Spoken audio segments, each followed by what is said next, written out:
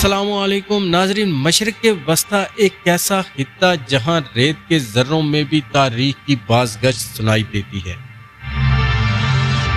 جہاں تیل کے کنووں کے ساتھ ساتھ طاقت کی سیاست بھی ابلتی رہتی ہے، اور جہاں ہر نیا دن ایک نئے کشمکش کی کہانی لے کر ابھرتا ہے۔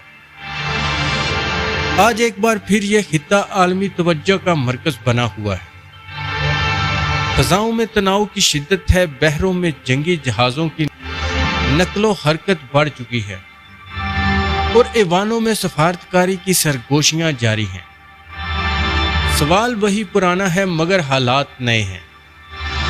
کیا دنیا ایک بڑے تصادم کی طرف بڑھ رہی ہے، یا یہ سب ایک نئے معاہدے کی تمہید ہے؟ ناظرین، امریکہ اور ایران کے درمیان جاری کشیدگی کوئی اچانک پیدا ہونے والا بحران نہیں، بلکہ دہائیوں پر محیط بد اعتمادی، مفادات کے ٹکراؤ اور طاقت کے توازن کی جنگ کا تسلسل ہے۔ اسرائیل کی شمولیت نے اس تنازع کو مزید پیچیدہ بنا دیا ہے، جہاں ہر قدم ناپ تول کر اٹھایا جا رہا ہے، مگر ہر قدم کے پیچھے خدشات کی ایک لمبی فہرست موجود ہے۔ خطے میں موجود دیگر ممالک بھی اس کشمکش کو محض تماشائی بن کر نہیں دیکھ سکتے، کیونکہ اس کے اثرات براہ راست ان کی معیشت، سلامتی اور سیاسی استحکام پر پڑتے ہیں۔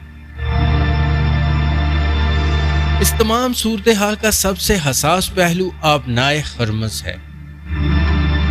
یہ محض ایک سمندری گزرگاہ نہیں بلکہ عالمی معیشت کی دھڑکن ہے۔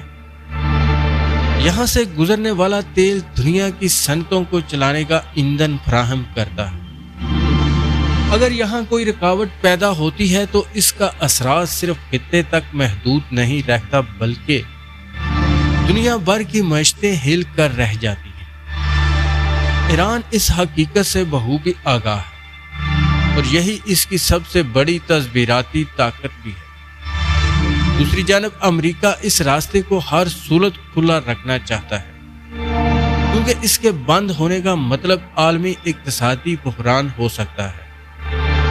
اسی تناظر میں حالیہ دنوں میں ایران کی جانب سے ایک نئی حکمت عملی سامنے آئی ہے، جسے بیک وقت اقدامات کا نام دیا جا رہا ہے۔ یہ محض ایک سفارتی تجویز نہیں بلکہ ایک نفسیاتی چال بھی ہے، جس کا مقصد اعتماد سازی کی فضا پیدا کرنا ہے۔ اس ماڈل کے تحت دونوں فریق ایک ساتھ چھوٹے مگر اہم اقدامات کریں گے، تاکہ مذاکرات کی بنیاد مضبوط ہو سکے۔ امریکہ پابندیوں میں نرمی کرے اور ایران اپنے جوہری پروگرام میں لچک دکھائے۔ بظاہر یہ ایک سادہ فارمولہ ہے، مگر اس کے پیچھے پیچیدہ سفارتی حساب کتاب چھپا ہوا ہے۔ ماضی کے تجربات نے یہ ثابت کیا ہے کہ یک طرفہ اقدامات کبھی بھی دیرپا امن کی ضمانت نہیں بن سکتے۔ یہی وجہ ہے کہ اس بار دونوں جانب سے احتیاط برتی جا رہی ہے۔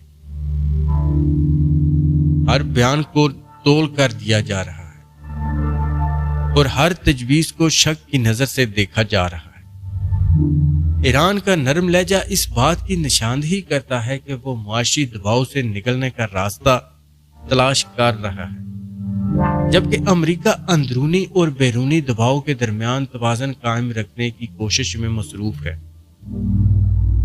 ادھر خطے کی دیگر طاقتیں بھی خاموش نہیں بیٹھی ہیں۔ کچھ ممالک پس پردہ ثالثی کا کردار ادا کر رہے ہیں، جبکہ کچھ کھل کر اپنے مفادات کا دفاع کر رہے ہیں۔ اس سارے منظر نامے میں پاکستان کا کردار خاص اہمیت اختیار کر گیا ہے۔ ایک جانب اس کے ایران کے ساتھ قریبی تعلقات ہیں، تو دوسری جانب امریکہ کے ساتھ دیرینہ رابطہ۔ یہی توازن اسے ایک ممکنہ پل بنا دیتا ہے، جو دونوں فریقوں کو قریب لا سکتا ہے۔